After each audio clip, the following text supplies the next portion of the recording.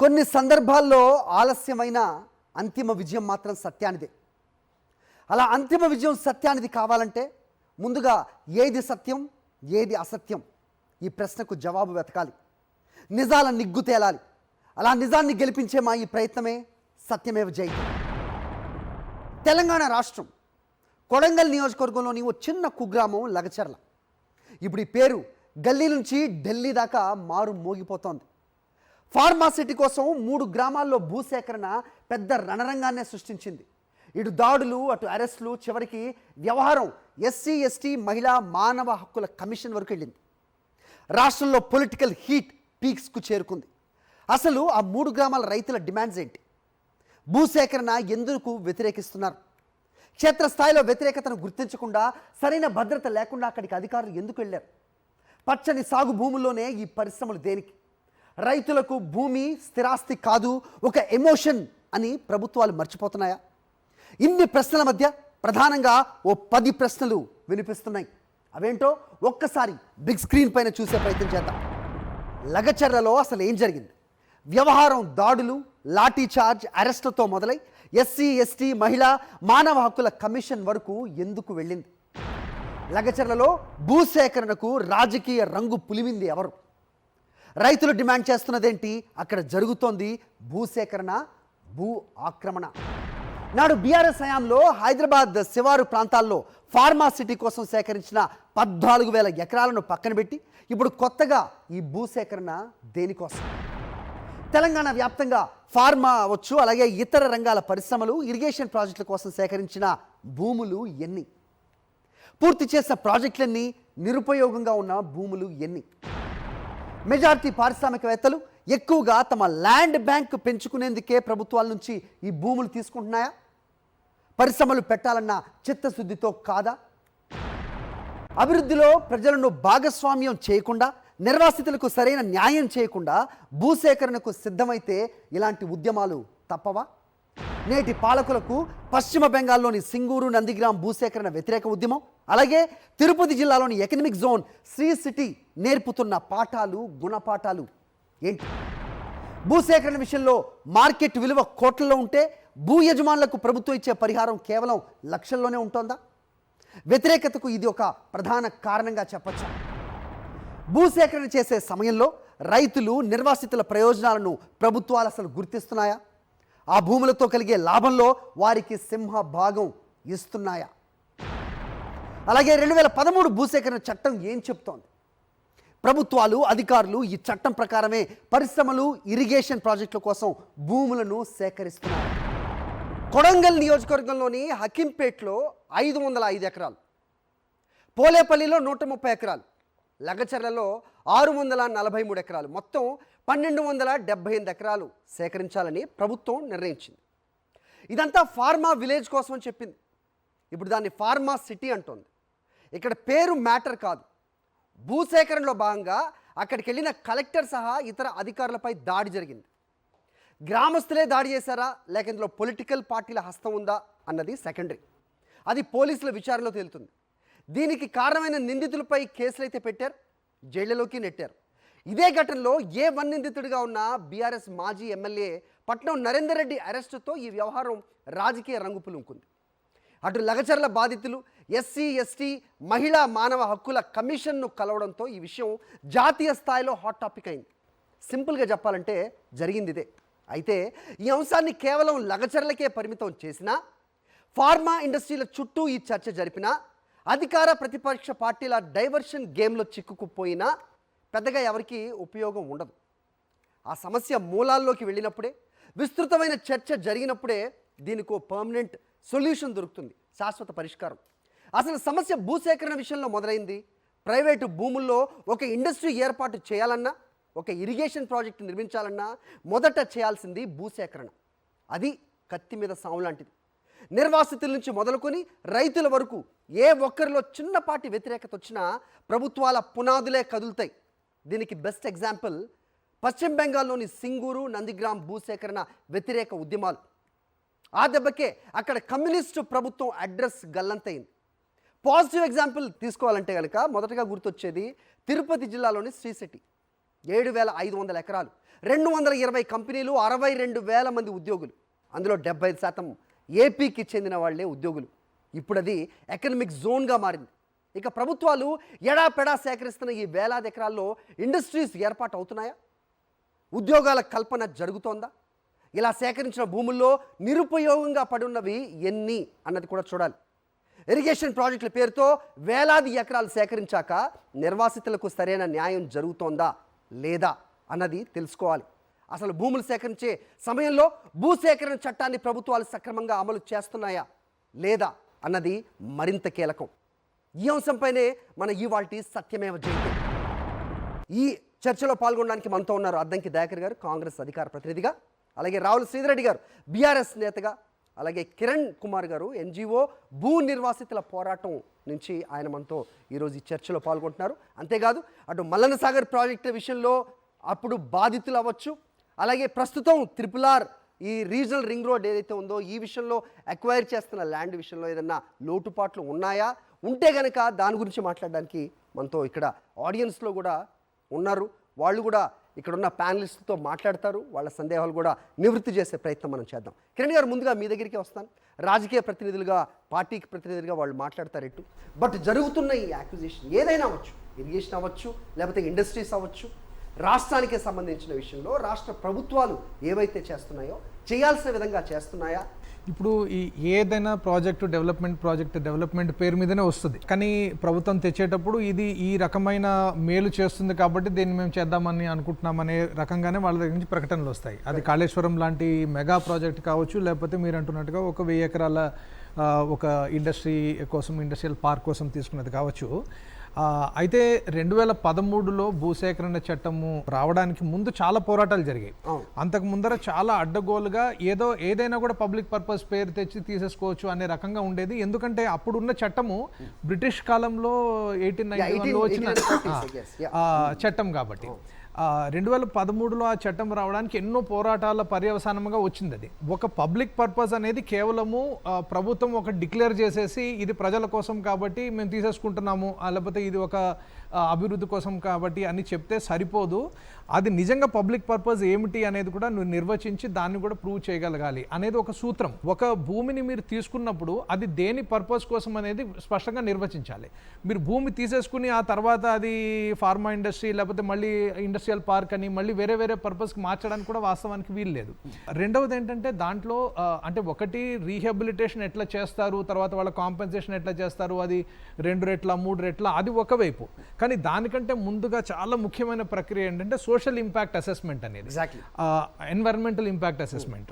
ఇవి రెండు జరగాలి. అంటే అక్కడ మీరు ఆ ప్రాజెక్ట్ తీసుకురావడం వలన దానికి ఎంత భూమి కావాలి, ఆ తర్వాత ఆ భూమి తీసుకోవడమే కాదు చుట్టుపక్కల ప్రాంతాల మీద ప్రభావం ఏముంటుంది. ఇప్పుడు మీరు ఫార్మా ఇండస్ట్రీ పెడితే దానికోసం మీరు 1000 ఎకరాలు తీసుకోవచ్చు, కానీ దాని వ్యర్థాలన్నీ ఎక్కడికి వెళ్తాయి, దాని వలన వచ్చే ఎయిర్ కానీ వాటర్ పొల్యూషన్ కానీ ఇవన్నీ సోషల్ ఎన్వైరన్మెంటల్ ఇంపాక్ట్. ఈ క్వశ్చన్స్ ఎవరైతే చేస్తారో ఆ విలేజ్ కి సంబంధించిన వాళ్ళే అయి ఉండొచ్చా, మీ బోటి వాళ్ళు నా బోటి వాళ్ళు కూడా అడగచ్చా? తప్పనిసరిగా ఎవరైనా అడగచ్చండి, ఎందుకంటే ఇది సిటిజన్స్ గా ఎవరైనా కూడా ఇష్యూస్ రేజ్ చేయొచ్చు. అల్టిమేట్లీ కన్సెంట్ ఎవరిది కావాలి, అక్కడ ఉన్న లోకల్ వాళ్ళది కావాలి. ఈ విధంగా ఫార్మా ఇండస్ట్రీ ఏర్పడితే దీని మీద ఈ ఇంపాక్ట్ ఉంటుందని వాళ్ళు కూడా చెప్పచ్చు. ఇప్పుడు రైతుల నుంచి భూమి తీసుకున్న తర్వాత అక్కడ వ్యవసాయ కూలీలుగా పనిచేస్తున్న వాళ్ళ జీవనోపాధి కూడా పోతుంది కాబట్టి వాళ్ళ జీవనోపాధి మీద కూడా ఇంపాక్ట్ ఉంటుంది. ఎవరైతే జీవనోపాధి పోతుందో వాళ్ళకి ఎటువంటి సహాయం ఇస్తాం ఇవన్నీ ప్రకటించి అప్పుడు మీరు పబ్లిక్ హియరింగ్ కూడా జరపాలి.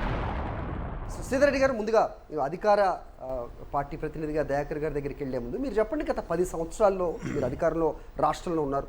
సో తెలంగాణ గురించే మాట్లాడదాం. ఒక రాష్ట్ర ప్రయోజనాల దృష్ట్యా ఒక ఇండస్ట్రీ కారిడారో లేకపోతే ఇంకోటో వస్తుంటే ప్రతి దాంట్లో కొర్రీ పెడుతున్నారు, ప్రజల్ని తప్పుదోవ పట్టించే ప్రయత్నం చేస్తున్నారనే అధికార పార్టీ ఆరోపణకి మీరు ఇచ్చే సమాధానంతో స్టార్ట్ చేద్దాం. ఇప్పుడు ప్రతిపక్షంలో ఉండి మేమే ప్రజల్ని తప్పుదోవ పట్టించగలిగితే, అధికార పక్షంలో ఉండి అధికార యంత్రాంగం అంతా మీకు వెన్నుదన్నుగా ఉండి పాపులర్ మ్యాండేట్ మీకే ఉంది, మీరు మాట్లాడితే ప్రజలు దాన్ని చాలా పాజిటివ్గా స్వీకరిస్తారనుకుంటే ప్రజల్ని ఒప్పించడంలో మీరు ఎందుకు ఫెయిల్ అవుతున్నారు? అంతే కదా. ఇప్పుడు యూ హ్యావ్ ఎన్ ఎమ్మెల్యే ప్రజలతో ఉండటానికి, collector and entire administration, land revenue administration is with you, and chief minister యొక్క ఆబ్జెక్టివ్ అదైనప్పుడు ప్రజలు దాన్ని బ్రహ్మాండంగా స్వీకరించాలి కదా. ఇక్కడ political parties, governments in ruling ఎవరు ఉన్నాయనేది కాదండి. భూసేకరణ యొక్క లక్ష్యాన్ని ప్రాపర్గా గవర్నమెంట్ నిర్దేశించగలిగి దాంట్లో ట్రాన్స్పరెంట్గా ఉండగలిగితే, పారదర్శకంగా ఉండగలిగినప్పుడే ప్రజలు దాన్ని హర్షిస్తారు.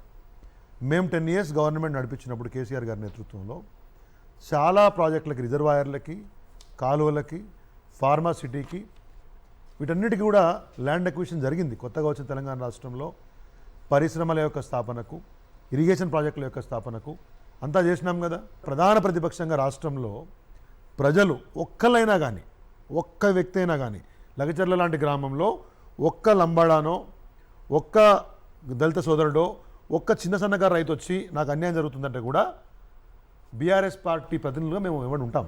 అధికార పక్షంగా మీ బాధ్యత ఏంటి? ఫార్మా విలేజ్ యొక్క ఆవశ్యకత, అవసరము, దాని ద్వారా ఎట్లా ఆ ప్రజలు డెవలప్మెంట్లో భాగస్వాములు అవుతారు, నా ల్యాండ్ పోతుంది, దీని ద్వారా ప్రజలు బాగుపడేది ఎంత, నేను బాగుపడేది ఎంత, ఆ తర్వాత నా బ్రతుకు ఎట్లా, ఈ 3 విషయాలకు సమాధానం చెప్పాల్సినటువంటి బాధ్యత ఎవరిది? ప్రభుత్వం ఇది. కానీ ప్రభుత్వం నిర్బంధాన్ని ప్రయోగించి, పోలీసుని ప్రయోగించి, ఇష్టారీతిన ఏది ఏమైనా పర్వాలేదు, మేము మాత్రం బలప్రయోగం చేసి భూమి గుంజుకుంటానన్నప్పుడు ప్రజల వైపు ఉంటాం కదా. దయాకర్ గారు, ఎందుకు వస్తుంది ఇది? ముఖ్యంగా ట్రాన్స్పరెన్సీ కరువు అయింది అనేది మొదటిదైతే, ఇంతకుముందు కిరణ్ గారు మాట్లాడినా, శ్రీధర్ రెడ్డి గారు చెప్పినా ఈ ట్రాన్స్పరెన్సీ ఉండట్లేదు అనేది first thing. And second thing, ఫ్యాక్టరీలు ఉన్న చోటికి గ్రామాలు వెళ్ళటం, గ్రామస్తులు వెళ్ళటం సెకండరీ అయితే, పచ్చని పొలాలు ఉన్న చోటికి అసలు ఫ్యాక్టరీలు రావాల్సిన అవసరం ఏముంది అనేది చాలామంది ప్రశ్నగా మనం చూస్తున్నాం. అలాగే నిన్న బిలావర్పూర్ తీసుకోవచ్చు, లేకపోతే లగచర్ల తీసుకోవచ్చు. I'm just citing an examples. So ఈ చర్చ ఈ 2 విషయాల గురించే కాదు, అసలు బై అండ్ లార్జ్ జరగవలసింది జరుగుతుందా అనేదే ప్రధానమైన క్వశ్చన్. భూమి, దాన్ని కాపాడాల్సిన బాధ్యత ప్రతి పౌరునిగా అందరికీ ఉంటుంది, ప్రభుత్వాలు పక్కన పెట్టండి. ఇది రైతు తన సేద్యం కోసం భూమిని తీసుకుంటాడు, ఇంకొక ఇండస్ట్రియలిస్ట్, ఇంకో పారిశ్రామికవేత్తలు, వివిధ రకాల వాళ్ళు భూమిని వినియోగించుకునే స్థితులు వేరుంటాయి. కానీ ప్రభుత్వంగా బాధ్యత ప్రజల చేతుల్లో ఉన్న భూమిని రక్షించేదే ముఖ్య ఉద్దేశం, లక్ష్యం. భూసేకరణ చట్టం 2013కు భిన్నంగా తెలంగాణ ప్రభుత్వం వ్యవహరిస్తే ఆ ప్రతిపాదనను తిరస్కరించే హక్కు కూడా కలిగి ఉన్నారు. Not only Lagacharla. నేనేమంటున్నానంటే విస్తృత ప్రజా ప్రయోజనాలు ఒక చర్చ, ప్రభుత్వ అవసరాలు కూడా ఒక చర్చ. 3 రకాల సేకరణలు ఉంటాయి. కొన్ని నిర్బంధంగా కూడా లాక్కునే పరిస్థితులు ఉంటాయి. కానీ ఈ చట్టం దాన్ని ఒప్పుకోదు. కన్విన్స్ చేయాలి, కాన్సెన్సస్ కాకుండా కనీసం కన్విన్స్ చేయాలి. నేనేమంటున్నా అంటే, ఇప్పుడు లగచర్లో ఒక ఎగ్జాంపుల్ తీసుకుందాం, మూసి ఒక ఎగ్జాంపుల్ తీసుకుందాం. ఇవి 2, ఒకటేమో అర్బన్కు, ఒకటికేమో రూరల్కు. అది ముచ్చర్లనేమో ఓవరాల్ ప్రాజెక్ట్ వీళ్ళు సేకరించింది 6,000 పై చిలుకు ఎకరాలు. వీళ్ళు ముచ్చర్లకు 6,000 పై చిలుకు ఉన్నది, నిమ్స్కు 6,000 పై చిలుకు ఉన్నది, 12,000 ఎకరాల పై చిలుకు కాళేశ్వరంకు, ఒక 4-5 ఎకరాలు పాలమూరు రంగారెడ్డికి, దాదాపు 24-25 ఎకరాలు సేకరించిన గత ప్రభుత్వం. ఇప్పుడు మనం లగచర్లలో 1,200 ఎకరాలు, 600 ఎకరాల పై చిలుకు మనకి ఇప్పుడు ఏంటి అసైన్మెంట్ ల్యాండ్ ఉంది, మిగతాది రైతుల నుంచి కొనాల్సింది. అసైన్మెంట్ ల్యాండ్ అనగానే గుంజుకోవడానికి కూడా లేదు. అసైన్మెంట్ ల్యాండ్కి కూడా భూ యజమాన్య హక్కులు ఇచ్చింది ఈ చట్టం. ఇలాంటప్పుడు 3వసారి కన్సెన్సస్కు క్రైమ్ అయింది. రైతులకు కానీ, ప్రజలకు కానీ, సోషల్ యాక్టివిస్టులకు కానీ ప్రభుత్వాన్ని నిలదీసే హక్కు ఉంది, కానీ దాడి చేసే హక్కు లేదు ఎవ్వరికి ఈ సృష్టిలో. లగచర్ల కానీ రేపు ఇంకా మనం అనుకుంటున్న ప్రాజెక్టులకు దేనికైనా సరే చట్టం చేసిన మేమే చట్టాన్ని అతిక్రమించే పరిస్థితి ఉండదు. ఆ పరిస్థితి వస్తే మేమే, ఇప్పుడు నేను ఇప్పుడు ప్రభుత్వంలో లేకపోవచ్చు, ప్రభుత్వంలో ఉన్న పార్టీకి సంబంధించిన నాయకుడిని కావచ్చు, మేము డెఫినెట్గా ముఖ్యమంత్రి గారి నుంచి మొదలు పెడితే కింది స్థాయి ఎవరు సెక్రటరీ, కమిషనర్ వరకు కూడా దాన్ని తీసుకుపోగలం. కానీ ఇక్కడ జరుగుతున్న పొలిటికల్ కాన్స్పరసీ ఏంటంటే, ఎక్విజిషనే కాలే, రైతులు నష్టపోయింది అంటున్నారు. ఇప్పుడు RRR బాధితులకు సంబంధించిన అంశం ఇప్పుడు మనం ఎగ్జామిన్ చేయాల్సిన అంశం. ఎందుకు? గతంలో ORR కూడా మెలికలు తిరిగి చాలా కొనసాగిందనే విమర్శ అప్పుడు అది మేము చేసింది. కానీ రాజశేఖర రెడ్డి గారు దాన్ని ఎంత నైపుణ్యంగా, దాన్ని చాకచక్యంగా అందరిని పిలుచుకొని మాట్లాడుకొని వాళ్ళ కంపెన్సేషన్, అరే 2 ఇంతలు పోతే 3 ఇంతలు ఇద్దాం మనకి అక్కడ ఇచ్చే, అది ప్రైమ్ భూమి. ఇప్పుడు రోడ్డు ఉండేది అది మారుమూల ప్రాంతంలో ఉన్న భూమికి ప్రైమ్ ఏరియాలో ఉండే ల్యాండ్కి తేడా ఉంటుంది. కంపెన్సేషన్ కూడా మనం R&R ప్యాకేజీలో అట్లా చేయలేము. ఏదైతే చెయ్యాలి అనేది మీరు చెప్తున్నారు, చేస్తామని చెబుతున్నారు, కానీ ఆ ఆలోచన, ఆ ప్రతిపాదన ముందుకు తీసుకురాకుండా యాక్షన్ ప్లాన్లోకి రావడంతో కదా ఈ అడ్డంకులు కానీ లేకపోతే ఈ వ్యతిరేకత కాదు అనేది వస్తున్న ప్రశ్న కదా. RRRకు బీఆర్ఎస్ ప్రభుత్వం నుంచే స్టార్ట్ అయింది ఎక్విజిషన్, కొత్తగా మనం చేసింది కాదు. ఇప్పుడు లగచర్ల ఇష్యూ అనేది ఈ ప్రభుత్వం వచ్చిన తర్వాత సీరియస్గా తీసుకున్నది అది లిమిటెడ్ వర్షన్, అది 1200 acres అంటే బిలో 2000 acres అది. నేనేమంటే లగచర్ల వాళ్ళకు కూడా ఉండే రైట్స్ RRR వాళ్ళకు ఉండదని ఉండదు. ఎక్కడ భూమి 20 కుంటలు సేకరించినా మీరు చట్టం ప్రకారం సేకరించాల్సిందే. ఒక్క రైతుండని 100 మంది రైతుండని వాళ్ళని కన్విన్స్ చేయాల్సిందే. అవసరమైతే తీవ్ర వ్యతిరేకత ఉంటే ప్రభుత్వం అక్కడి నుంచి మార్చాల్సిన అవసరం కూడా ఉంటుంది. ఈ ప్రభుత్వము రైతులను ప్రజలను వింటది, దానికి సంబంధించిన అంశాల్లో తీవ్రతను గమనిస్తుంది. ఈ దిలావర్పూర్ విషయంలో ఎంత ఫాస్ట్గా అయితే గవర్నమెంట్ రెస్పాండ్ అయిందో, ఆడ రైతులు కూడా 4 గ్రామాలు, దానికంటే ముందు కూడా కొంత నిర్బంధ ప్రయోగం ట్రై చేసినారు. ప్రజలు ఇంకా ఎక్కువగా 4-5 గ్రామాల రోడ్డు మీదకి వచ్చి ఇంకా ఆడ స్వచ్ఛందంగా వాళ్ళే షాపులు మూసేసి ఆ స్థాయి గొడవ అయిన తర్వాత they have taken it back. పూర్తి స్థాయి ఏమంటారు దసరం వచ్చేదాకా నమ్మేది లేదు ఒకటి. రెండవది ఏంటంటే మీరు మూసి ఒక ఎగ్జాంపుల్ తీసుకున్నారు దయాకర్ గారు. రెండోది లగచర్ల. మూసీలో ఒక తప్పు చేసినారు, లగచర్లలో ఒక తప్పు చేసినారు. నేనేమంటా అంటే మూసీకి అందరం చెప్పినాం, కేసీఆర్ గారి గవర్నమెంటే ప్లాన్ చేసింది ప్రక్షాళనకు వ్యతిరేకం కాదు, ఆడున్న ప్రజలను నిరాశ్రయం చేయడం అనేది దానికి వ్యతిరేకం. మేము ఇప్పుడు అవసరం లేదు, ముందు మూసి రివర్ బెడ్ బాగు చేయండి, దానికే చాలా సమయం పడుతుంది, ఆ తర్వాత చూద్దాము అంటే మేము మా అనుమతి తీసుకోవాలని కాదు, అందరి అభిప్రాయంగా కూడా ఉంది, ప్రజలు మెజారిటీ అట్లనే ఉన్నారని చెప్పారు. ఇంతవరకు మనం ఎక్విజిషన్ అనేది బతిమాలాడే స్టేజ్లోనే ఉంది. మీరు ఇల్లు ఖాళీ చేయండి, మీకు డబుల్ బెడ్రూమ్ ఉంది, మీరు ఇద్దరు ఉంటే మీకు 2 డబుల్ బెడ్రూమ్, మీరు 3 అంటే కొంతమంది ఏంది మంచిగా ఇల్లు కట్టుకున్నారు 4 floors 3rd floor, వాళ్ళకేంది ఒక్క డబుల్ బెడ్రూమ్ ఇల్లు కలవదు కదా, వాళ్ళకి 3-4 ఇట్లా కంపెన్సేషన్ కొరకు ప్లాన్ చేస్తున్నారు. ఇక్కడ హైడ్రా కూల్చివేతల వీటిని బుల్డోజర్లను తీసుకొచ్చి మూసిలో పెట్టేసింది, వీళ్ళే గ్రాఫిక్స్ మేనేజ్మెంట్ అంతా. మనం ఇంతవరకు పెద్దదీయలేదు అని చెప్తే ఎవరైతే ఇల్లు ఖాళీ చేసిపోతారో వాళ్ళు ఇప్పుడు విలువైన సామాన్లు ఉంటాయి తీసుకొని పోతారు కదా, ఉంచరు కదా, దర్వాజలో టేక్యూ పైన ఉండే తీసుకొని పోతారు.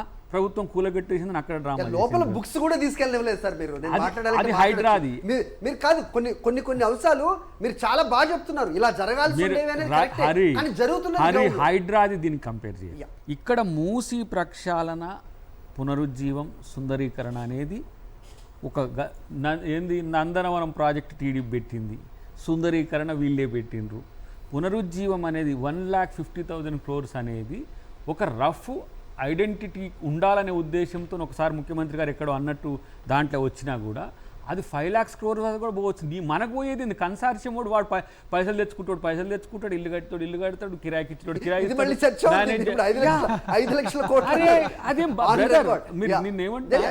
వాస్తవాలు మాట్లాడుకోవాలి. ఇది కాంట్రాక్ట్ కొరకు కాదు. సియోలియార్ ఇట్లెట్లయింది, ఇవాళ లండన్ థేమ్స్ నది మీద కట్టింది ఎట్లయింది, బ్యాక్ వాటర్స్లో కట్టి ఏమైంది, ఎన్ని మనకెందుకు, మనం రొక్కంగా పెట్టింది 141 crores. కరే బాబు మీరు ప్రపోజల్స్ ఇవ్వండి, ఆయన 50,000కే ఇస్తాడేమో, 25,000కే ఇస్తాడేమో, లేకపోతే ఇంత వాళ్ళు తెచ్చుకునేది వాళ్ళు తెచ్చుకుంటారు, కట్టి ఇచ్చిపోతారు. ఇది ఒక న్యూ డెవలప్మెంట్ ఏరియా. ఏంటిది, ప్రభుత్వమే నేరుగా పనిచేయాల్సిన అవసరాన్ని మించి ఒక కన్సార్షియం ఏర్పాటు చేస్తే వాళ్ళు కట్టిచ్చిస్తారు. మూసి మీద రూపాయి రావట్లేదు కదా నీకు, రేపు ఆర్థిక మోడల్ని వాడు తయారు చేసుకొని తెస్తున్నాడు. కిరణ్ గారు చెప్పండి, 2 పార్టీల ప్రతినిధులు మాట్లాడుతున్నది మనం చూసాం, బాధితులు ఇక్కడ ఉన్నారు, వాళ్ళ కన్సర్న్స్ వినే ముందు how do you see this? వాస్తవానికి 2013 భూసేకరణ చట్టం అమలు చేయడము ఇష్టం లేకపోతే అది మనకి సాధ్యం కాదు, లేకపోతే ఆ రకమైన సోషల్ ఇంపాక్ట్ అసెస్మెంట్ మనం చేయకూడదు అనే దాన్ని పెట్టుకొని జియో 123 అని చెప్పి తీసుకురావడం జరిగింది గత బీఆర్ఎస్ ప్రభుత్వంలో. దాని ప్రకారము నిమ్స్లో కానీ లేకపోతే మల్లన్న సాగర్లో కానీ చాలా వేల ఎకరాల భూములు ఈ ప్రాసెస్ అంతా లేకుండా, అంటే ప్రజలతో కన్సల్టేషన్ కానీ సోషల్ ఇంపాక్ట్ అసెస్మెంట్ కానీ లేకుండా తీసుకోవడం జరిగింది. ఆ తర్వాత హైకోర్టు జియో 123ని కొట్టేసింది, అసలు ఇది ఇన్వాలిడ్ అని చెప్పి. అప్పుడు మళ్ళీ 2017లో తెలంగాణ భూసేకరణ చట్టం అని చెప్పి 2013 జాతీయ భూసేకరణ చట్టానికి కొన్ని మార్పులు అమెండ్మెంట్స్ తీసుకువస్తూ వీళ్ళు చేయడం జరిగింది.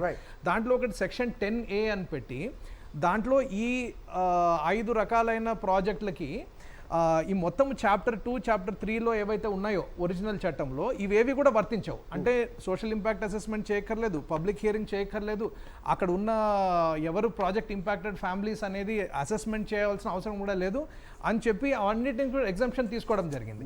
కాబట్టి యాక్చువల్గా ఒరిజినల్ సిన్ అని మనం చూస్తే ఆ 2017లో తెచ్చిన భూసేకరణ చట్ట అమెండ్మెంట్ చట్టం ఏదైతే తెలంగాణలో ఉందో బీఆర్ఎస్ ప్రభుత్వం తెచ్చినది, అదేవిధంగా జియో 123 ఏదైతే ఉందో అవి మొత్తం ఈ 2013 భూసేకరణ చట్టానికి తూట్లు పొడిచి తేవడం జరిగింది. కాంగ్రెస్ ప్రభుత్వాన్ని ప్రశ్నించాలంటే, అంటే మీరు చట్టం సరిగా ఫాలో అవుతున్నారా లేదా అంటే, 2017 చట్టమే ఇప్పుడు అమల్లో ఉంది. మరి ఆ చట్టంలో మీరు సోషల్ ఇంపాక్ట్ అసెస్మెంట్ ఇవన్నీ తీసేసి తూట్లు పొడిచేసారు.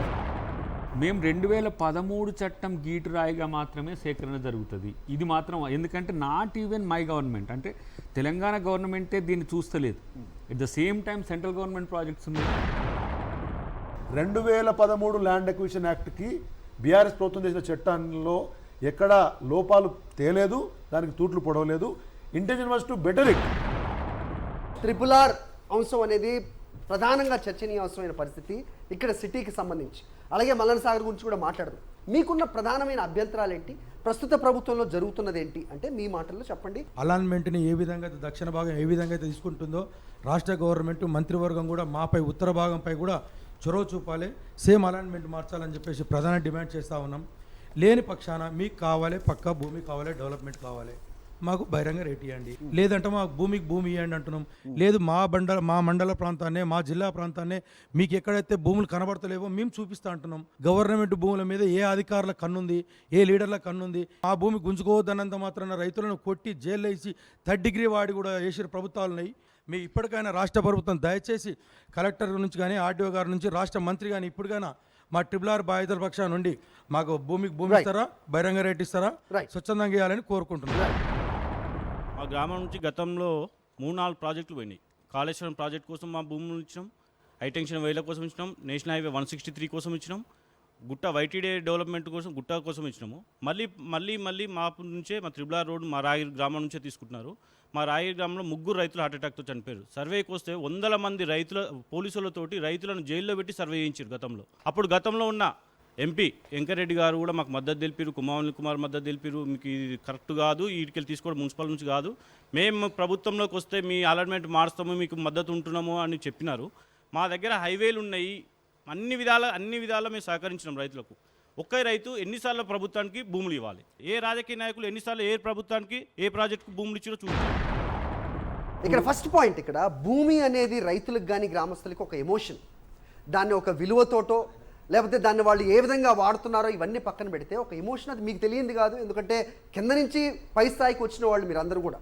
సో ఇలాంటిది ఆయన చెప్తున్నది అర్థం చేసుకున్నట్టయితే కనుక మాకు కాంపన్సేషన్ సరిగా రావట్లేదు, మా ల్యాండ్ తీసుకుంటున్నారు, ఎన్నిసార్లు ఎన్ని ప్రయోజనాలకి మేము ఇవ్వాలి అనేది వాళ్ళ ప్రెస్ అయితే మీరు ఇంతకుముందు చెప్పారు. కొన్ని నిర్బంధంగా తీసుకునే ఉంటాయి, బహుళ ప్రయోజనార్థం, కొన్ని కన్విన్స్ చేసి తీసుకోలేవి ఉంటాయని చెప్తున్నారు. ఇప్పుడు తీసుకునేవి, ఇప్పుడు చేసేవన్నీ ఏ కేటగిరీలో వస్తాయి? ఈ ప్రభుత్వం వచ్చినాక ఏమన్నా మూవ్మెంట్ జరిగిందా? ఈ ప్రభుత్వం వచ్చినాక ఇంకేమన్నా నెగిటివ్ 3D నోటీసులు ఇవ్వబడుతుంది. ఇప్పుడు అందరి సంతకాలు పెట్టి తప్పుడు సమాచారం గంధమల్లది ఒక కెనాల్ పోతున్నది, దానికి ఇచ్చిండ్రు. ఇంకా దేనికి ఇచ్చిండ్రు? చెవిల కాలువకి ఇచ్చినాము, హైటెన్షన్ వైర్లకు ఇచ్చినాము. హైటెన్షన్ వైర్లు ఇప్పుడు దీన్ని ఆల్టర్నేట్ ఇప్పుడు మనం యాదగిరిగుట్ట అవల్ నుంచి తెచ్చుకోవచ్చు కదా, తెచ్చుకోవచ్చు. ఫస్ట్ అలాట్మెంట్ అక్కడ నుంచే మారింది. నేను ఏమంటున్నానంటే మళ్ళీ మంత్రి గారికి మీరు వెంకరెడ్డి గారిని ఒకసారి కలవండి, మేము కూడా చెప్పే ప్రయత్నం చేస్తాం.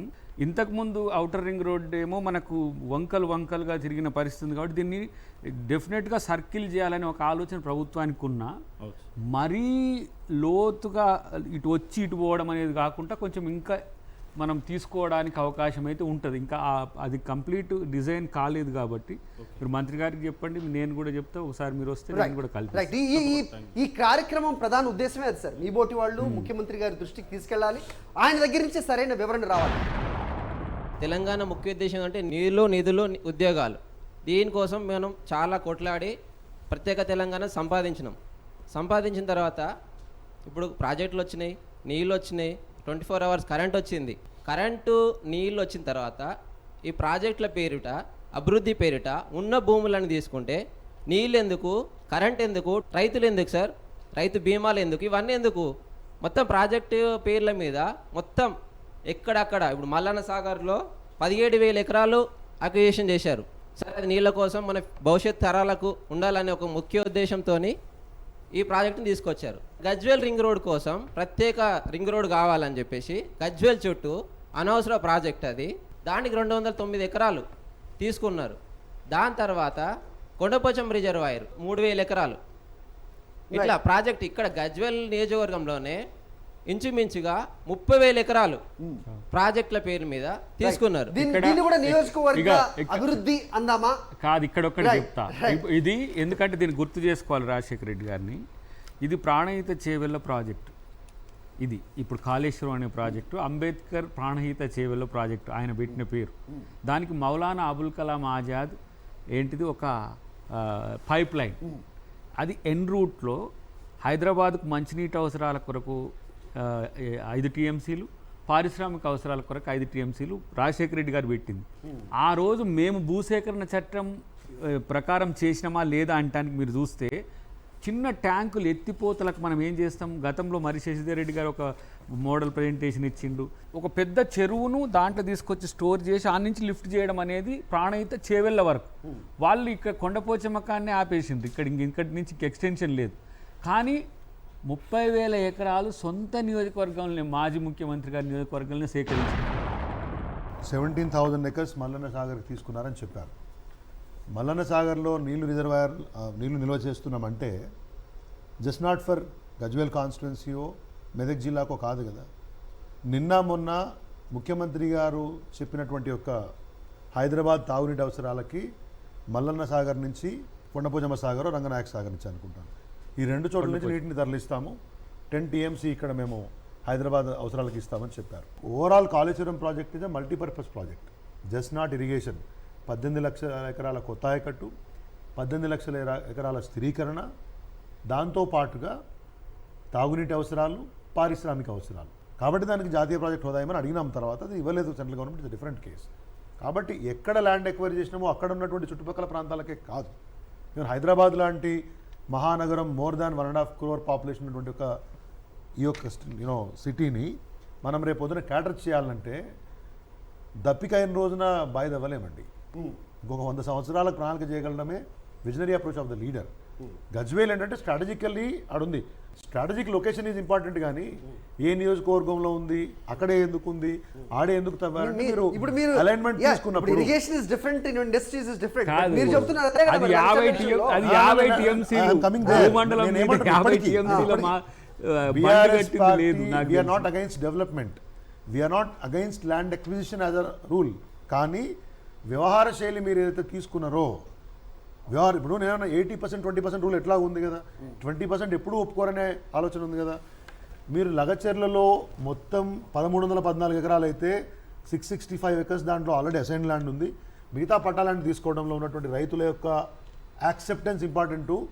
యాక్సెప్టెన్స్ అనేది వాళ్ళను పద్ధతిగా కాకుండా నిర్బంధంతో లేకపోతే దుందుడుకు వ్యవహారంతో దౌర్జన్యంతో తీసుకునే పద్ధతిలో ఉన్నప్పుడు వాళ్ళు వ్యతిరేకిస్తారు కదా. మేము సో ఒక పరిశ్రమ వెలిసిన తర్వాత అక్కడ ఉన్న స్థానికులకే, అక్కడ ఉన్న వాళ్ళకే 80% ఉద్యోగాలు ఇవ్వాలి అనే ఒక నిబంధన ఏదైతే ఉందో దాన్ని సక్రమంగా పాటిస్తున్నాయా ప్రభుత్వాలు?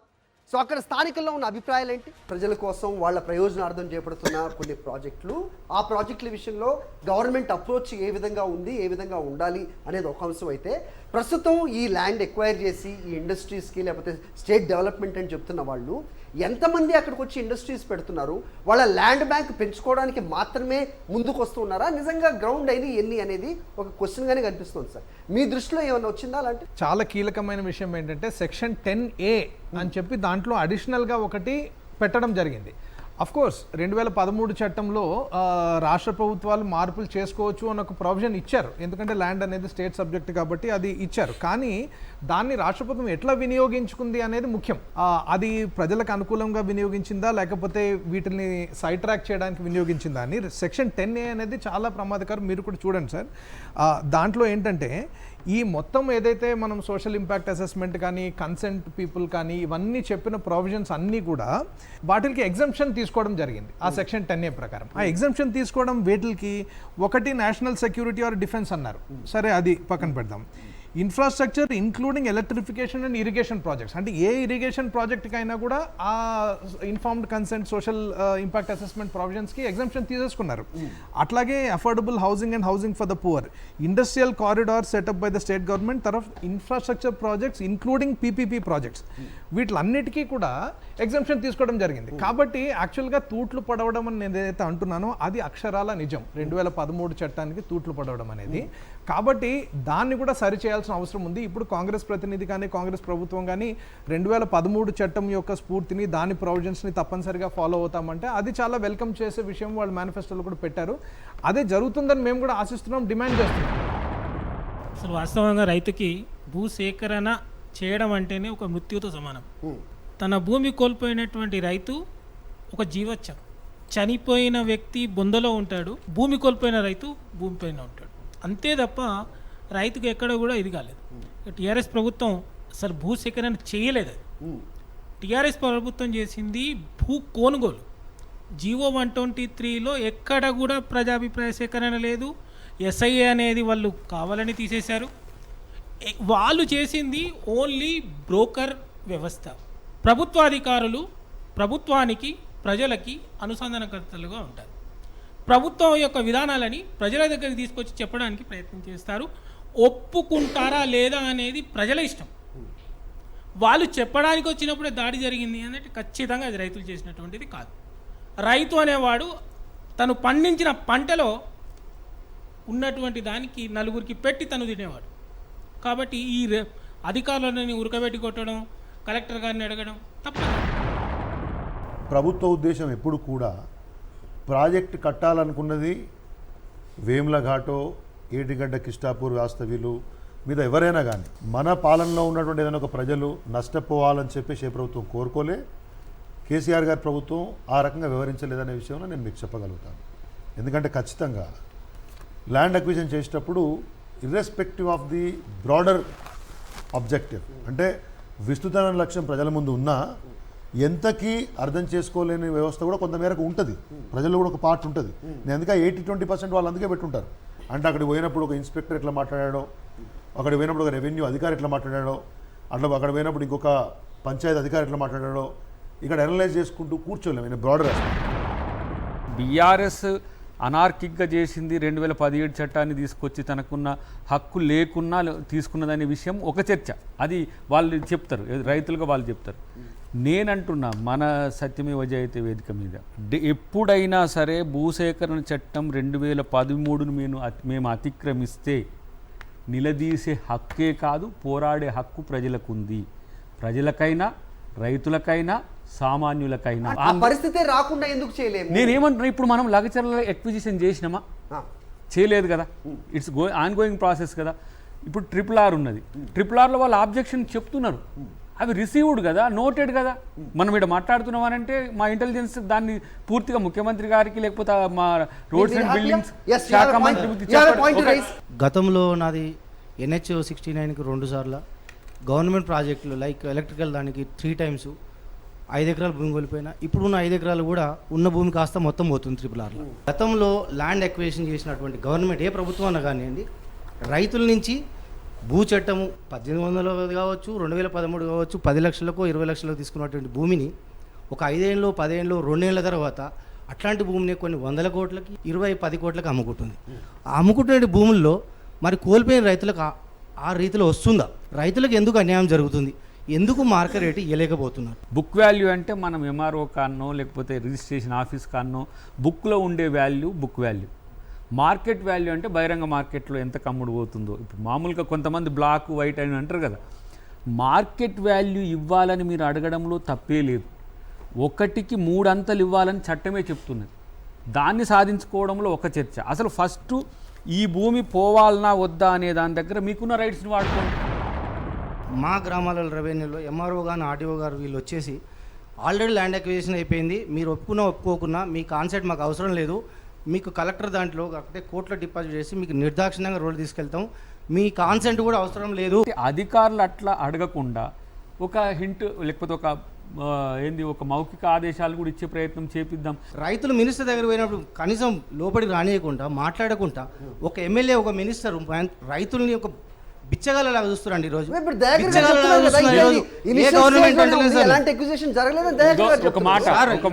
చెప్పేది రాంగ్, క్వైట్ రాంగ్ నేను చెప్తున్నాను. ఎందుకంటే పెద్దలు బాధపడకూడదు.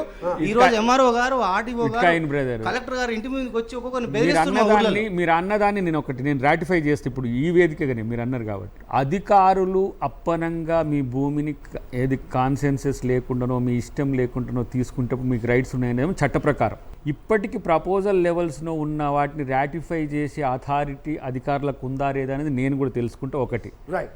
మూడవది, ఇప్పుడు మన విలేజ్ కాకపోతే ఇంకో విలేజ్ మించైనా పోతుంది. ఇప్పుడు రాయగిరి యాంగిల్ ఒకటి, డెఫినెట్గా పోవాల్సిన విలేజ్లలో మీద ఉందనుకోండి, మిమ్మల్ని కన్విన్సింగ్గా మిమ్మల్ని అటాక్ మోడ్ కాకుండా కన్విన్సింగ్ చేసే ప్రయత్నం చేస్తాం, మేము చేయాల్సిందే. ఇది కాకపోతే ఇంకో ఊరి నుంచైనా మేము బతిలాడుకోవాల్సిందే కదా. ఈ ప్రాసెస్నే చాలా ఇంపార్టెంట్ ప్రాసెస్. ఇప్పుడు మా ప్రభుత్వానికి చెడ్డ పేరు రావడానికి, మంచి పేరు రావడానికి ఉన్న వాళ్ళకు వచ్చిన చెడ్డ పేరు ఏంటంటే ఏకంగా భూ కొనుగోలు పథకమే చేసి ల్యాండ్ ఎక్విజిషన్. మేము అట్లా చెయ్యమని చెప్తున్న హామీ. ఒకవేళ కనుక అదే కనుక జరిగితే మాలాంటి వాళ్ళని కూడా మీకు సహకరించడానికి ముందుకు వస్తాం. మీరు ఎందుకు అంత ఇప్పుడు ఏం రోడ్ ఏం పోయడం కూడా కాదా, వాళ్ళు ఏంది మిమ్మల్ని కొంచెం మీరు కన్విన్స్ కావాలన్నట్టుగా ఒక్కోసారి కరుకు కూడా మాట్లాడి అదే కదా సార్, అదే కదా, అదే కదా. అధికారులు కలెక్టర్ కానీ ఆర్డీఓ కానీ ప్రభుత్వానికి లోబడి పనిచేస్తారో ప్రజల తరపున పనిచేస్తారో అని ఫస్ట్ ఆఫ్ ఆల్ ప్రశ్న. అది ప్రజలకు సానుకూలంగా ఉండి ప్రజల తరపున రాయబారిగా పనిచేయాల్సినటువంటి విషయం ఆర్డీఓ కానీ కలెక్టర్ గారు చేయాలి. వాళ్ళు ప్రభుత్వానికి పనిచేస్తూ ఉన్నారు. మాకున్నటువంటి రాళ్ళు గుట్టలు కాకుండా పచ్చదనం ఉన్నటువంటి పొలాలని ఎక్కడ కూడా పైరు పంట అని రాయలే, వాళ్ళు రికార్డులో మెన్షన్ చేయలే. 3 సంవత్సరాల నుంచి ఇచ్చుకుంటూ వస్తున్న వినతి పత్రాలు. మేము తెలంగాణ రాష్ట్రంలో లేవా, అదే నిర్మల్ జిల్లా మాత్రం లంగిచెర్ల మాత్రమే తెలంగాణ రాష్ట్రం ఉందా? రాష్ట్ర ప్రభుత్వానికి ఇదే గుర్తుకొస్తుందా? ముఖ్యమంత్రికి కానీ మంత్రులకు కానీ ఇవే ఈ 2 గుర్తుకొస్తున్నాయా? మీరు ప్రతిపక్షంలో ఉన్నప్పటి నుంచి కూడా తిరుగుతూ ఉన్నాం, ఇప్పుడు అధికార పక్షంలోకి వచ్చి అధికార పక్షంలో వచ్చినాక ఎందుకు మమ్మల్ని మర్చిపోయారు? అన్నదాన్ని బట్టి చూస్తే నాకు అనిపిస్తుంది కిరణ్ గారు, ల్యాండ్ ఎక్విజిషన్ మీద కూడా కమిషన్ ఇవ్వాల్సి వచ్చేటట్టుంది. ఇప్పుడు నేను అనుకుంటున్నాను ల్యాండ్ అక్విజిషన్ చేసినప్పుడు చేసి మొత్తం ఇక్కడ చూస్తే కనుక కంప్లీట్ ల్యాండ్ అంతా కూడా dry. They have mentioned as a dry area, whereas వాళ్ళ ఆవేదన ఇప్పుడు చూస్తున్నాం. మా పొలాలన్నీ పచ్చటి పొలాలు, మేము 2 పంటలు సంవత్సరం నేను 3 సంవత్సరాల్లో 1 సంవత్సరానికి బాధ్యత నేను చెప్పి డ్రై ఏరియా అని వచ్చింది. డ్రై ఏరియా ఒక మాట. ఒక్క విషయం, ఇక్కడ ప్రభుత్వ ప్రతినిధిగా, ఇక్కడ ప్రభుత్వానికి ప్రతినిధిగా దయాకర్ గారు ఉన్నారు. ఆయన వాళ్ళ దృష్టికి తీసుకెళ్తారని ఆశాభావంతో రాజకీయ ఉద్దేశం అయితే ఒక మాటనే నేను చెప్తా. 3 ఇయర్స్లో గత ప్రభుత్వమైన ఈ ప్రభుత్వమైన ప్రభుత్వమే కంటిన్యూస్ ప్రాసెస్. వాళ్ళు సేకరించిన భూముల మీద కూడా మేము ప్రాజెక్టులు కట్టమనేది ఏం లేదు కదా. ఒక పర్పస్ కొరకు గత ప్రభుత్వం సేకరించిన. ఎట్ ద సేమ్ టైం ఈ ప్రభుత్వంలో అనార్కిక్గా అంటే మీన్స్ కాంగ్రెస్ వచ్చిన తర్వాత మేమే నాడు నీడు అని మీరు వేయొచ్చు, మీరు ట్రోల్స్లో నాడు ఆ రోజు ఏమన్నాడు ఈ రోజు ఏమన్నాడు. కానీ అది రాకుండా ఉండడానికి కూడా ఇప్పుడు ఈ ఎక్విజిషన్లో వస్తున్న సమస్యల్ని పరిష్కరించడానికి కూడా ఇప్పుడు ఎక్విజిషన్కి సంబంధించి ఒక కమిషన్ లాంటిది వేసుకుంటే ప్రాబ్లమ్స్ లేకుంటే ఈ డ్యూ ప్రాసెస్ని అంతా కూడా ఇది కాన్సెన్సస్ ప్రాసెస్ని అంతా కూడా తీసుకోవడానికి ఒక అవకాశం ఉంటుంది. కానీ గుడ్డిగా మాత్రం గతంలో మాదిరిగా ఇష్టానుసారంగా వ్యవహరించడానికి లేదు. ఉంటే మీకు సివిల్ రైట్స్ ఉన్నాయి. దాన్ని నేను ఇప్పుడు ప్రభుత్వ ప్రతినిధిగా కావచ్చు కాక మిమ్మల్ని కన్విన్స్ చేయడానికి తరీకా లేకపోతే ఇంకా ప్రత్యామ్నాయాన్ని ఏదో హింసా మార్గాన్నో బెదిరించే మార్గాన్నో మా సార్ చెప్పినట్టు కాదు. మనకి ప్రాక్టికల్గా ఏం జరుగుతుందో మా అందరికి తెలుసు, వాళ్ళకి తెలుసు, వాళ్ళకి తెలుసు, అందరికి తెలుసు. అందరికీ గ్రామాలలో ఉన్న వాళ్ళకు కూడా తెలుసు. ఒక ల్యాండ్ అక్విజిషన్ జరిగేటప్పుడు దాంట్లో ఎవరు స్టేక్ హోల్డర్స్లో ఉన్నటువంటి రకరకాల వ్యక్తులు ఎట్లా బిహేవ్ చేస్తారో అందరికీ తెలుసు. పొలిటీషియన్స్, లోకల్ విలేజెస్, దాంట్లో ఉండే ఫార్మర్స్, విలేజ్ పెద్దలు, officers, there are so many stakeholders. వాళ్ళ ఈచ్ ఇండివిజువల్ బిహేవియర్స్ డిఫరెంట్గా ఉంటాయి. గవర్నమెంట్ ఆబ్జెక్టివ్ ఒకటి ఉంటుంది. మేము ఆ రోజు 123 తెచ్చినందుకు ఫాస్ట్ అక్విజిషన్ కోసము, తర్వాత కోర్ట్ రైట్ ఆఫ్ వదిలేసేయండి దాన్ని. అయినా ఎండ్ ఆఫ్ ద డే 2013ని పెట్టుకొని ల్యాండ్ అక్వైర్ చేసినాము. Today the reservoirs are there in front of you, water is there in front of you, development is there in front of you, pharma city కోసం ఉన్న land is there in front of you. Individual స్పెసిఫిక్గా ఖచ్చితంగా మీరు ప్రశ్నించాల్సి వస్తే ఒక నిమిషం, ఖచ్చితంగా 100%లో 100% మందిని 100 మందిని no government can satisfy. I know how it is. మనము కొన్ని విషయాలు మీడియా ముఖంగా పబ్లిక్గా మాట్లాడలేని డెకోరం ఒకటి ఉంటుంది. అందుకే మా మిత్రుడు మమ్మల్ని ఒక గట్టిగా మాట ఒక అంటే కూడా I respected him, I didn't react. ఎందుకంటే it depends on the maturity levels a person carries, what to speak, what not to. ఖచ్చితంగా బాధపడకుండా మొత్తం పని ఏది చేయలేము, అక్కడక్కడ అవుతుంది. కానీ లార్జర్ పర్స్పెక్టివ్లో రాష్ట్రం యొక్క ప్రయోజనాలు దృష్టిలో పెట్టుకొని ప్రభుత్వాలు పనిచేస్తాయి. రైతుల తరపున ఎవరైతే కమిటీ చేస్తారంటో మేము హర్షం వ్యక్తం చేస్తున్నాం. ఇప్పటిదాకా ఒక పాయింట్ లేవనెత్తాడు, మూసీ ప్రక్షాళనని. మూసీలో ప్రభుత్వ భూమిని అక్రోచ్ అయి కట్టిన వాళ్లకు డబుల్ బెడ్రూమ్ ఇల్లు ఇస్తున్నాడు, 25,000 నుంచి 50,000 రూపాయలు ఇస్తున్నాడు. ఎవరైతే ప్రభుత్వ భూమిని ఆక్రమిస్తున్నారో మీరు డబ్బులు ఇస్తున్నారు, 2 ఇండ్లు ఇస్తున్నారు. మేము మా సొంత భూమిని గుంజుకుంటాం, మా సొంత భూమి ఇయ్యమయ్యా అంటే మా మీద అక్రమ కేసులు పెట్టి జైలుకు పంపించడం ఎంతవరకు రాష్ట్ర ప్రభుత్వం న్యాయం అని చెప్పి ప్రత్యామ్నాయ భూములు ఉంటే నేనేమంటున్నా నా మిత్రునికి చెప్పేది ఏంటంటే ప్రత్యామ్నాయ భూములు మనకు బంజరు భూములు లేదంటే పరంబోకులు ఎక్కడైనా ఉంటే మీరు చూస్తే అలొకేషన్స్ కూడా ఆల్టర్నేట్ అలొకేషన్స్ ప్లాన్ చేయొచ్చు. వాళ్ళ రిప్రజెంటేషన్ మండలంలో ప్రభుత్వ భూముల్ని మేము స్వచ్ఛందంగా చూపించడానికి రెడీ ఉన్నాం. 500 ఎకరాలు చూపిస్తాం, 5000 ఎకరాలు చూపిస్తాం, మా జిల్లాలో చూపిస్తాం. మీరు ఎక్కడైనా భూమి చూడండి, స్వచ్ఛందంగా ఫస్ట్ వరుసలో నిలబడి రాష్ట్ర ప్రభుత్వం సపోర్ట్ గా డెవలప్మెంట్ లో మేము ముందు వరుసలో ప్రాజెక్టులో సేకరించిన భూములో ఎవరికైతే నష్టపోతుందో దాని మీద కూడా పునరాలోచించే ప్రయత్నం ప్రభుత్వం చేస్తుంది. ఎందుకంటే ఎవరైతే కొట్లాడినరో వాళ్లకు తీసుకుపోయి చెరువులో ఇండిచ్చిరు, మళ్ళీ అది కూడా మునిగే చెరువులు వాళ్ళకి సంబంధించిన కూడా ఆలోచిస్తాం. కానీ ఒక్క మాట మిత్రుడు అన్నది నేను చెప్తాను, ఎందుకంటే బాధ్యత తీసుకోవడం ఒక చర్చ, దాన్ని నిర్వర్తించడం ఒక చర్చ. నేనేమంటున్నా, మీకు ప్రత్యామ్నాయ భూములు కనుక ప్రభుత్వ బంజరు భూములు ఉంటే నేను అవసరమైతే ముఖ్యమంత్రి గారితో మాట్లాడము, సంబంధిత అధికారులతో మాట్లాడడం ఒక ప్రయత్నం. ఎందుకంటే అది నా జిల్లా కూడా నా నియోజకవర్గం పక్కనే వస్తుంది, భువనగిరి కూడా. ఇది రెస్పాన్సిబిలిటీ లీడర్షిప్ కూడా ఉండాలి. బెదిరించడంలో భూములు లాక్కోవడంలో కాకుండా నష్టపోతున్న రైతులకు ప్రజలకు ప్రత్యామ్నాయ మార్గాలను వాళ్ళకి అవసరమైతే ఇప్పుడు ప్రాజెక్టులో భూమి పోయిన వాళ్ళకు ఆ ప్రాజెక్టులోనే బెనిఫిట్ అయ్యే ఒక ఆలోచన కూడా ప్రభుత్వం చేస్తుంది. రేపటి రోజున ఎవరైతే నష్టపోతారో వాళ్ళు సంతోషపడే విధంగా ప్రణాళిక చేయడమే ప్రభుత్వం యొక్క విధిగా ఉంది. ప్రణాళిక ముందు ఉండాలి. చాలా అంశాలు ముడిపడి ఉన్నాయి. ఈ భూ నిర్వాసితుల అంశం అవ్వచ్చు, లేకపోతే ల్యాండ్ ఎక్వైజ్ చేస్తున్న సమయంలో తలెత్తే ప్రాబ్లమ్స్ అవ్వచ్చు, వీటన్నిటిని అడ్రస్ చేయాల్సిన అవసరం ఏ మేరకు ఉంది, ప్రభుత్వాలు ఏ మేరకు అడ్రస్ చేస్తున్నాయి. 12,000 ఎకరాలు సేకరించిన ఫార్మాసిటీని ఎందుకు తరలించారనే క్వశ్చన్ కూడా ఉంది. ఫార్మాసిటీలో భూదాన్ ల్యాండ్స్ ఇష్యూ ఉన్నది, అసైన్మెంట్ ల్యాండ్స్ ఇష్యూ ఉన్నది.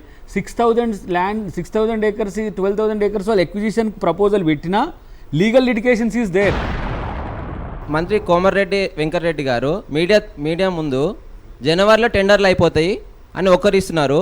అండ్ సేమ్ టైం యూట్యూబ్లలో మొత్తం సోషల్ మీడియాలో RRR రోడ్డు 90% కంప్లీట్ అయిపోయింది, మేము ఎక్కడ కూడా ల్యాండ్ ఇవ్వలేదు, మా పేపర్లు కూడా ఇవ్వలేదు, ఇవ్వకుండా భూసేకరణ ఏ విధంగా అయింది అనేది మా క్వశ్చన్ సార్. వ్యాలిడ్ సజెషన్స్ ఉన్నప్పుడు అధికారులకు మీరు నేను అవకాశం కల్పిస్తే.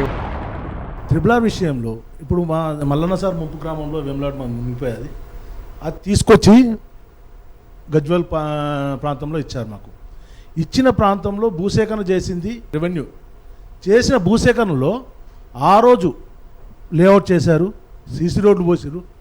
ఈరోజు అదే ప్రాంతం మధ్యలోకి వెళ్ళి ఆ రోజే మళ్ళీ RRR రోడ్డు లేఅవుట్ ఇప్పుడు మన కాలనీ నుంచి పోతుంది. మన కాలనీ మధ్యలో నుండి చేసిన గవర్నమెంట్ టీఆర్ఎస్ గవర్నమెంటే, మళ్ళీ RRR తీసుకొచ్చింది కూడా టీఆర్ఎస్ గవర్నమెంటే. ప్రభుత్వంలో ఉన్న పార్టీకి ప్రతినిధిగా వీలైతే ఇంకా కొంచెం అడ్వాన్స్గా పోయి అధికారులను కూడా కన్విన్స్ చేసే మెథడ్లో చెప్పడం ఒకటి. రెండవది ఏంటంటే అన్నిటికంటే ముఖ్యమైనది మీ సమస్యలు అధికారులకు తెలవాలి. ఇప్పుడు అధికారులకు కూడా మేము చెప్పగలం ఏమని, మీ అధికారాన్ని ప్రజల మీద అజమాయిషీలా కాకుండా వాళ్ళని కన్విన్సింగ్గా ఆల్టర్నేట్ చూపించే విధంగా చేయమని చెప్పగలం. నేను అన్నిటికంటే ముఖ్యంగా ఏంటంటే ఈ చర్చ టీఆర్ఎస్ ప్రభుత్వంలో లేదు. నువ్వు సత్యమేవ జయతే పెట్టుకోండి, ఇంకేదైనా టీవీ పెట్టినా కూడా ప్రభుత్వ ప్రతినిధులు రాలేరు, వాళ్ళే గుంజుకునే స్థితిలో ఉండరు. ఈరోజు నేను విన్నా, రేపు మంత్రి వింటాడు, ఎల్లుండి సీఎం వింటాడు. ఇది గుర్తుపెట్టుకోండి, ఇది మాత్రం నేను చెప్పగలను. దయాకర్ గారు చెప్పారు కదా బ్రహ్మాండంగా, ఇప్పుడు ప్రభుత్వం వింటది అని. అయితే ఈ చర్చ ద్వారా అన్ని సీఎం గారి దృష్టి తీసుకుపోతుంటున్నారు కదా. నేనేమంటున్నా, లగచెర్ల గ్రామంలో మీరు అరెస్ట్ చేసింది అమాయకమైనటువంటి గిరిజనులను, వాళ్ళ భూమి కోసం పోరాటం చేసిన వాళ్ళను.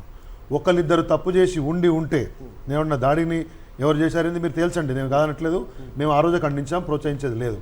కానీ దాన్ని అడ్డం పెట్టుకొని అమాయక గిరిజనులు 34 మందిని ఎవరైతే వాళ్ళు జైల్లో పెట్టినరో, మీకు ఆ మానవీయ కోణం ఉంటే, తప్పు చేయని వాళ్ళ బయటకు వచ్చి నేషనల్ కమిషన్ దాకా పోయిన వాళ్ళు ఎవరైతే ఉన్నారో వాళ్ళ పట్ల కూడా అంతే మానవీయ కోణం నేను ఇక్కడ భూమే లేని వాళ్ళు దాడులు చేస్తారని చెప్తున్నారు. భూమే లేని వాళ్ళు దాడి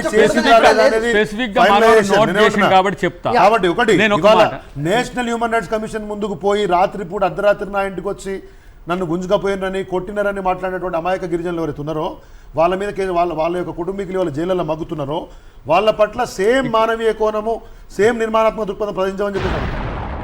లగచెర్లలో ఏం జరిగిందో కొన్ని విషయాలు మనం బయటికి చెప్పొచ్చు, చెప్పలేము, చెప్పకూడని చెప్పొద్దు. కానీ ఈరోజు 300 మంది మీద కేసులు పెట్టాలని ఒక ఆలోచన పోలీస్ చేసినప్పుడు నేను ఇంటర్వ్యూన్ అయిన, రైతులను పిలవండి, మాట్లాడండి, వీళ్ళతో ఉంటే మీరు కేసుల పాలవుతారు, మాతో రండి, మీకేం కావాలో మమ్మల్ని అడగండి అని చెప్పి కౌన్సిలింగ్ ఇచ్చి పంపించండి. ఎవరైతే ప్రత్యక్ష దాడిలో ఉంటారో, ఎవరైతే ఎవరు పట్నంతో కలిసి ఉన్నారో, ఎవరైతే ఆ సీన్ నందిగం సురేష్ ఉంటారో, క్రైమ్ లో ఇన్వాల్వ్ అయిన వాళ్ళకు మాత్రమే కేసులు ఉంటాయి. ఒకవేళ వాళ్ళు కూడా లేకపోతే వాళ్ళని ఎగ్జిట్ అయితే నేనేమంటానంటే ప్రజలను రైతులను తప్పుదో పట్టించే ప్రయత్నం చేయకని ప్రతిపక్షాలకు నేను చెప్తున్నాను. ఎందుకంటే ఈడ దాడి జరిగితే మనోడు పోయి మహబూబాద్లో పంచాయతీ పెడతాడు. ఇది రాజకీయం కాదు. రైతుల పక్షాన చలో మీరు రమ్మనండి, కేసీఆర్ గారిని రమ్మండి, నేను ముఖ్యమంత్రి గారిని అడిగి రమ్మంటే కూర్చొని లగజలనే మాట్లాడదాం. ఈయన రాడు, బయటికి రాడు, ఇట్లా కూర్చొని పేరుతా ఉంటాడు, మేము కామ్గా కూర్చొని వాళ్ళు మా అధికారుల మీద దాడులు చేస్తుంటే మేమందరం కూర్చొని. అలా కాదు, ఎక్కడో హమాస్ లో ఇరాక్ లో జరుగుతున్న పోరాటానికి ఇక్కడ మనం సంఘీభావం ప్రకటించట్లేదు. అది వేరు. నువ్వు లగచర్లలో కూర్చొని ముఖ్యమంత్రి గారు రండి ఇక్కడికి, నీ కాన్స్టిట్యున్సీకి నేను వచ్చిన నా ఈడ రాండి అని చెప్పాలి. ముఖ్యమంత్రి గారు కూడా వేములవాడ మీటింగ్ లో అడ్రస్ చేశారు కదా అనే నేను ఇవాళ మాట్లాడుతున్నా అయిపోయింది కదా, ఓవర్ ఈజ్ ఓవర్ ప్రచారం అయిపోయింది. ఇవాళ ప్రతిపక్ష పార్టీగా ప్రజల తరపున నేను ఇవాళ మేము ముఖ్యమంత్రి గారిని అడుగుతా ఉన్నాను, సమయం మించిపోలేదు, అమాయక గిరిజనులు ఎవరుతున్నారో వాళ్ళను వదిలిపెట్టే విధంగా చర్యలు తీసుకోండి. ప్రభుత్వమే దోషుల్ని శిక్షించండి, దోషుల్ని శిక్షించండి. పట్నం గారి మీద వచ్చిన ఆరోపణలు, నరేంద్ర రెడ్డి గారి మీద ప్రభుత్వాన్ని కోర్టు అడిగిన ప్రశ్నలకు మీకు సమాధానం చెప్పలే. ఇట్ వాజ్ ఇల్లీగల్ అరెస్ట్ అని మేము అంటున్నాం. నెంబర్ 3, ముఖ్యమంత్రి గారి సొంత నియోజకవర్గము, వేరే ఎవరు అక్కర్లేదండి. ప్లీజ్ మీరే పోయి మీరే ఆ 3 గ్రామాల్లో గ్రామసభ పెట్టి రాష్ట్రానికి ఆదర్శంగా ఉండి 80% మంది ఒప్పించి తీసుకోండి. అధికార ఎవరు వాళ్ళు ఎవరండి చెప్పేది? నేనేమి రాజకీయంగా చెప్పట్లేదు, మీరు మేము లగచర్ల విషయాన్ని మైపాడులో కాదు, ఏటూరు నాగారంలో చెప్తాం, అవసరం నారాయణపేటలో చెప్తాం. ప్రతిపక్ష గజ్వేల్లో దుబ్బాకులో జరిగిన దానికి దామోదర నరసింహ గారు మాజీ ఉప ముఖ్యమంత్రిగా వచ్చిండ్రు, రేవంత్ రెడ్డి గారు ప్రతిపక్ష నాయకునిగా వచ్చిండ్రు. ఈ రోజు ప్రతిపక్ష నాయకుడిగా కాదు, గొడవలు చేయడానికి పార్టీ వర్కింగ్ ప్రెసిడెంట్ వచ్చాడు, పార్టీ వర్కింగ్ ప్రెసిడెంట్ వచ్చాడు, పార్టీ వర్కింగ్ ప్రెసిడెంటే కదా, కేటీఆర్ మీరు గుర్తించరా? పార్టీ వర్కింగ్ ప్రెసిడెంట్ కదా, గుర్తించరా? రేవంత్ రెడ్డి గారిని గుర్తించారు, రాహుల్ గాంధీ విపక్ష నాయకుడు లేడు, విపక్ష నాయకుడు అంటే లేడు కదా. విపక్షాల్లో రకరకాల ఒకటి గుర్తుపెట్టుకోండి, కమ్యూనిస్ట్ పార్టీ నాయకులు వీరభద్రం గారు పోతే కూడా గుర్తించమని చెప్తాం మేము, అసదు ఓవైసీ పోతే గుర్తించమని చెప్తాను, కేఏ పాల్ పోతే కూడా గుర్తించమని చెప్తాను. మాకేం బేజాలు లేవు. మా పార్టీ ముఖ్యమంత్రి గారు శాసనసభ్యుడు అండి, అది రాజకీయం. ముఖ్యమంత్రి గారే అక్కడ శాసనసభ్యుడు, ఓడిపోయిన ఎమ్మెల్యే వారు పోయారు కానీ స్థానిక ఎమ్మెల్యే గారు ఎందుకు పోరండి? Just because your chief minister. అక్రమ కేసులు తీసేయండి. వేములఘాట్లో మా మిత్రుని మీద, రెడ్డి గారి మీద కేసులు పెడితే బాధపడ్డవే ఎందుకు? వాళ్ళే అదే గిరిజన సోదరుని మీద కొట్లాడితే, ఆ అమ్మాయిలు ఏడిస్తే రాత్రిపూట పోయి లాటలు పెట్టి కొడితే మేము బాధపడదు. ప్రశ్నించొద్దా? ఇది రాజకీయం అయితే అది రాజకీయం కాదా?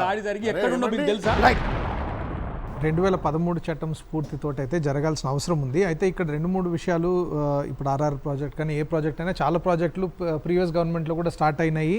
ప్రాసెస్ ప్రకారము వాళ్ళు ఫస్ట్ నోటీస్ ఇవ్వాలా, తర్వాత ఒక అవార్డు ప్రకటించాలా, అవార్డు మీద మళ్ళీ వాళ్ళు కామెంట్స్ కూడా తీసుకోవాలా, తర్వాత ఫైనల్ అవార్డు ప్రకటించాలా. ప్రస్తుతము ప్రభుత్వం ఉంది, పాత ప్రభుత్వం చేసిన ప్రాజెక్టులు ఇప్పుడు కంటిన్యూ అవుతూ ఉంటే ఆ పాత ప్రభుత్వం చేసిన ప్రాసెస్లో ఎక్కడ దాకా అడుగులు పడ్డాయి, దాన్ని బట్టి ప్రస్తుత ప్రభుత్వం ముందుకు తీసుకెళ్లాల్సి ఉంటుంది. కానీ దాంట్లో కూడా ఏమన్నా అవకతవకలు అన్యాయం జరుగుంటే దాన్ని సరి చేయాల్సిన బాధ్యత కూడా ప్రస్తుత ప్రభుత్వం తీసుకోవాలి. అది ఆర్ఆర్ ప్రాజెక్ట్ కావచ్చు, ఏదైనా కావచ్చు. ఇప్పుడు ప్రభుత్వం స్టార్ట్ చేస్తున్న ప్రాజెక్టులో అయితే తప్పనిసరిగా మీరు 2013 చట్టం తెచ్చిన పార్టీ కాబట్టి దాని స్ఫూర్తితోటి సరిగ్గా ప్రజల్ని కూడా ఇన్వాల్వ్ చేసి చేయాల్సిన బాధ్యత తీసుకోవాలి. మేము ప్రజా సంఘాలుగా కానీ రైతు సంఘాలుగా కానీ ఏదైనా ప్రాజెక్ట్ కావచ్చు, అభివృద్ధి కావచ్చు, ఎవరి మేలు కోసం జరుగుతుంది, ఎవరికి నష్టం జరుగుతుంది అనేది చాలా ముఖ్యమైన సమస్య. మేము కోరుతున్నది ఏంటంటే, ఇప్పుడు ఇథనాల్ పరిశ్రమలు కావచ్చు, ఫార్మా కావచ్చు, ఇంకోటి కావచ్చు, ఆర్ఆర్ఆర్ కావచ్చు, ఏదైనా కూడా సామాన్య ప్రజలకి, సాధారణ ప్రజలకి ప్రయోజనం కూర్చేవి ఒక పక్షం అయితే, కొంతమంది ఇండస్ట్రియలిస్ట్ కానీ, కొంత రియల్ ఎస్టేట్ కానీ, ఒక రకమైన కాంట్రాక్టులు కానీ వచ్చే ప్రయోజనం ఉంటుంది. ఇప్పుడు మీరు ఏ ప్రయోజనానికి ఎక్కువ ప్రాధాన్యత ఇస్తున్నారు అనేది అన్నిటికంటే ముఖ్యమైన ప్రశ్న. కాబట్టి ప్రజల కేంద్రంగా అభివృద్ధి ఉండాలనేది మేము గట్టిగా కోరుతున్నాం. అసైన్డ్ భూముల సమస్య కూడా చాలా ముఖ్యమైనది. చాలాసార్లు కూడా 2013 చట్టంలో అసైన్డ్ భూములకు కూడా ప్రైవేట్ భూముల లాగానే సేమ్ యజమాని స్టేటస్ గుర్తింపు ఇవ్వాలి, యజమాని గుర్తించాలి, తర్వాత వాళ్ళ కన్సెంట్ తీసుకోవాలనేది ఉంది. కానీ దాన్ని ఫాలో అవ్వకుండా అసైన్ భూములని ప్రభుత్వం లాక్కోవడము వివిధ నెపాలతోటి జరుగుతుంది. అది కూడా తప్పనిసరిగా ఆగాలి. తర్వాత మిత్రులు కోరినట్టుగా ఒక ప్రాజెక్ట్ వచ్చినప్పుడు దాని బెనిఫిట్ అనేది అక్కడ స్థానికులకే వచ్చే విధంగా Right. Like కూడా CCTV, మీరు like I mentioned. రూపొందించగలిగితేనే యాక్చువల్గా అక్కడ స్థానికంగా అభివృద్ధి అనేది జరుగుతుంది. రైట్. సో ఇది ఇవాల్టి సత్యమేవ జయతే. మొత్తానికి ప్రభుత్వ ఉద్దేశం ఎప్పుడూ మంచిదే, కానీ అది చేసే పద్ధతిలోనే ప్రాబ్లం ఉంటుంది. అలాంటి ప్రాబ్లమ్స్ లేకుండా అది ప్రతిపక్షం అవ్వచ్చు, లేకపోతే ఇలాంటి ప్రజా నాయకులు అవ్వచ్చు, సాధారణ ప్రజలు అవ్వచ్చు, ఈ ప్రయోజనం ఏదైతే ఉందో మొత్తం ప్రజలకి చెందాలి, ప్రజలకే చేకూరాలి అనేది మాత్రం ఇక్కడ సత్యమేవ జయతిలో అందరూ కూడా అభిప్రాయపడిన అంశం. Thank you all for watching this week Satyameva Jayathi.